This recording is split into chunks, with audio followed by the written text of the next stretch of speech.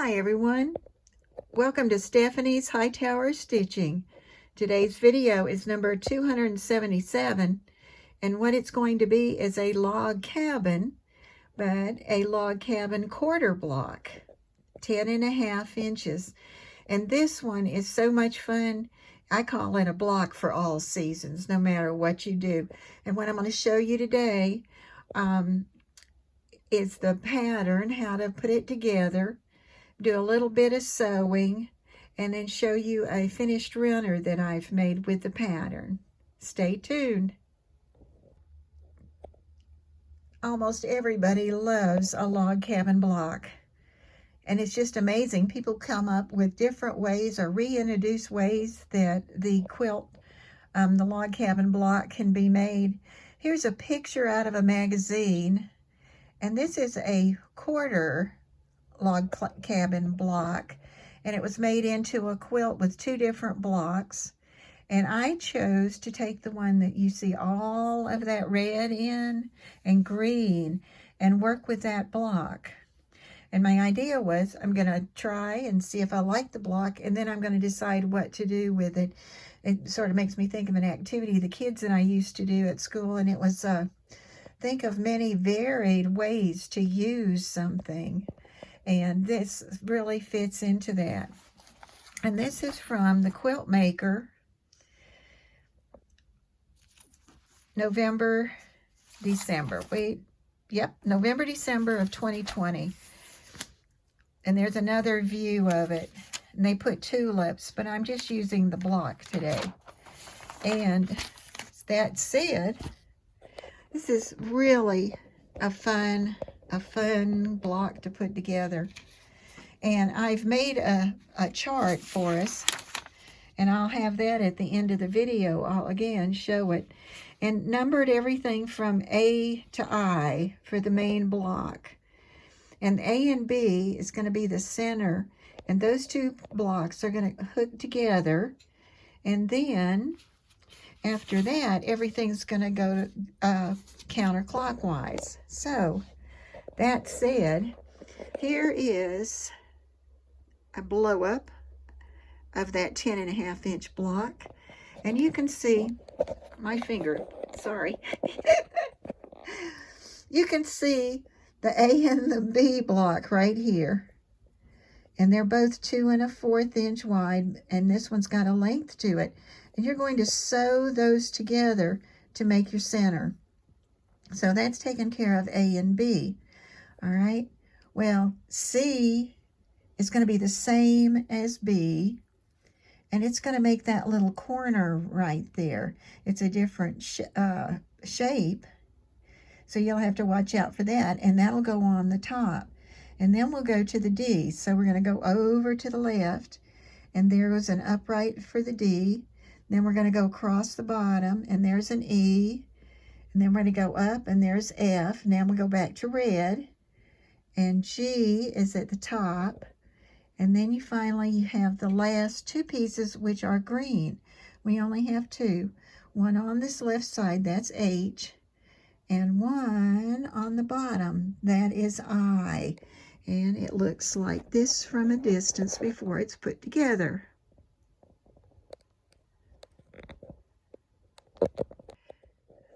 So I got out that Christmas tub, or that holiday tub of reds and greens, and divided them up. And this is what I came up with for my practice block. And, well, this is not my practice block. That's already put into another runner. But this is the new one that I'm working on right now. That's how much fun this was. And if you look right here in the centers, there's the green. Now this is one that really brings some attention to people's eyes when you do that one. And it can be striped reds or striped greens, or like I'm using this time, both red and green in there together. And then I start with my reds. This is that other 2 1/4 inch piece. Add it on. And then I took and just opened it with my fingers and finger pressed it, and I added on then number C, letter C. All right, then I moved on to D. And every time in this beginning part, I just would open the seam and finger press it. But you can just get up and go iron it at that time, press it. Then the other thing was I did 3 blocks. So you can just keep doing the same things and doing some chain stitching also. And then you go down to this white. All right, and then you get this real interesting F, which is nice and wide. You're only going to have one piece there, and then it's going to travel up, and there's my other red piece. And then down to the green, and down to the green, and that's the only green that appears in this block. So now to start, I've picked up my A and B. They were the ones that were 2 1/4 inches wide.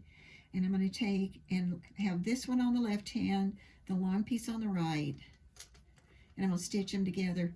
And one of the things that I really played with as I was looking at this is it just goes together so nicely.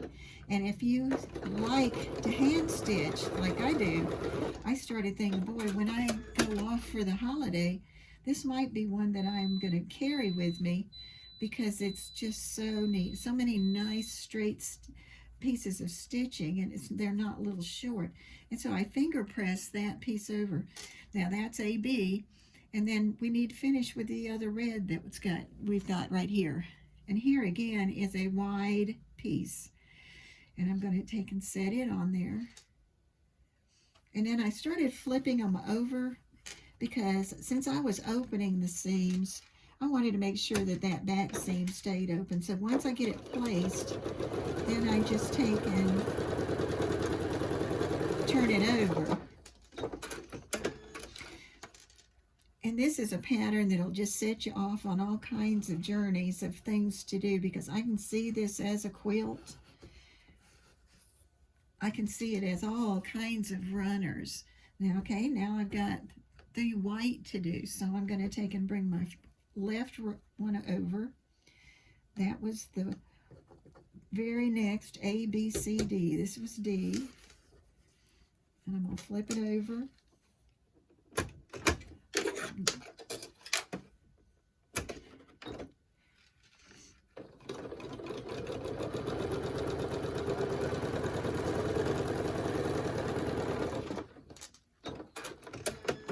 Since you're working with a nice cotton material, it's easy to take and open the seam and press it and with your fingers.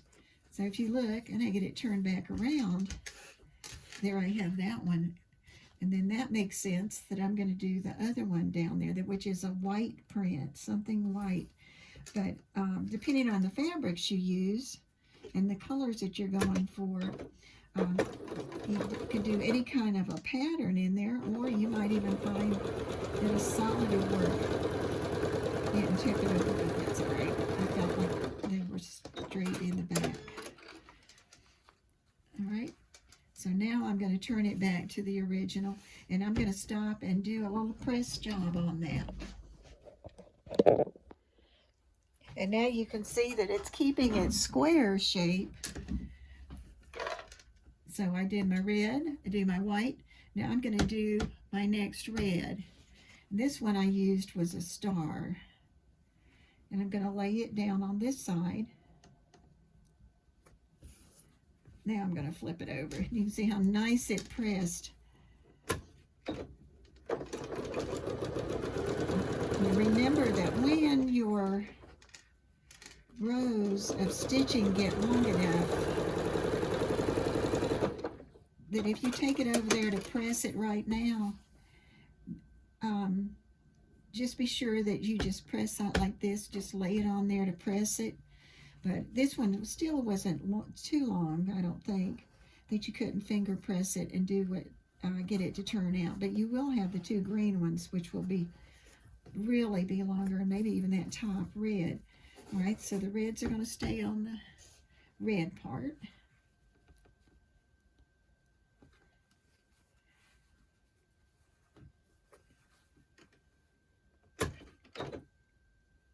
And I can see that this piece is off just a little bit, but it's just slanted, so I'm going to be able to stay right on my 4th inch line, because I'm going to come back and I'm going to end on it over here on this side.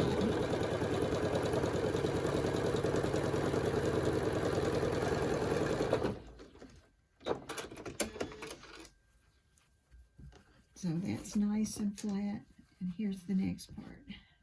But you can see this one's really long, and that would be a nice one to just take and press to set the stitches. Maybe we'll make it though. That's really, and you can see how it's growing and growing. And we're down to the last two, which are going to be greens. And they're narrow again. 2 1/4 or 2 1/2, I can't remember, but look how neat. This is just so much fun. Because sometimes you just like to have a project that's going to go together like clockwork. And this one really does. The main thing about this is you just got to watch your pieces, your patches, and make sure that you do the measurements that they have. There are mixes in there between 2 1/4 and 2 maybe 2 1/4.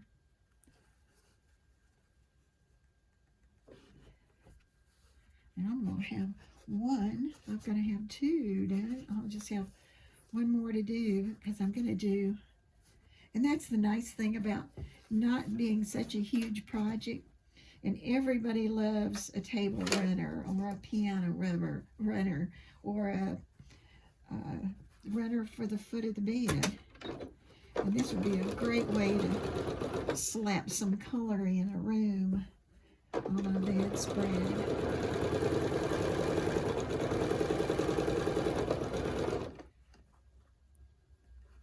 We just about got it.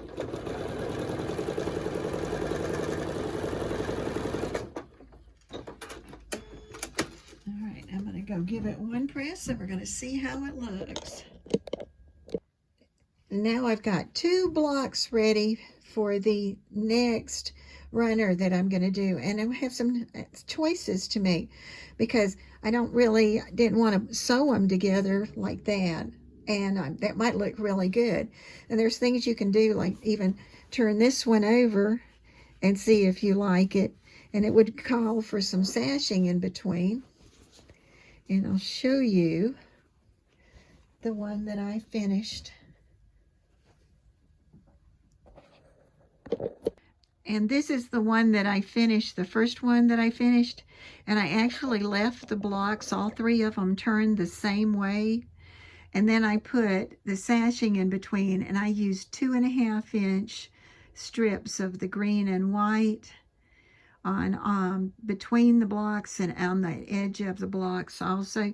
And with the trim on there, when I put the binding on it, ended up, and I used 2 1/4 inch binding. That was plenty wide, and it makes it 39 inches by 14 1/2 inches.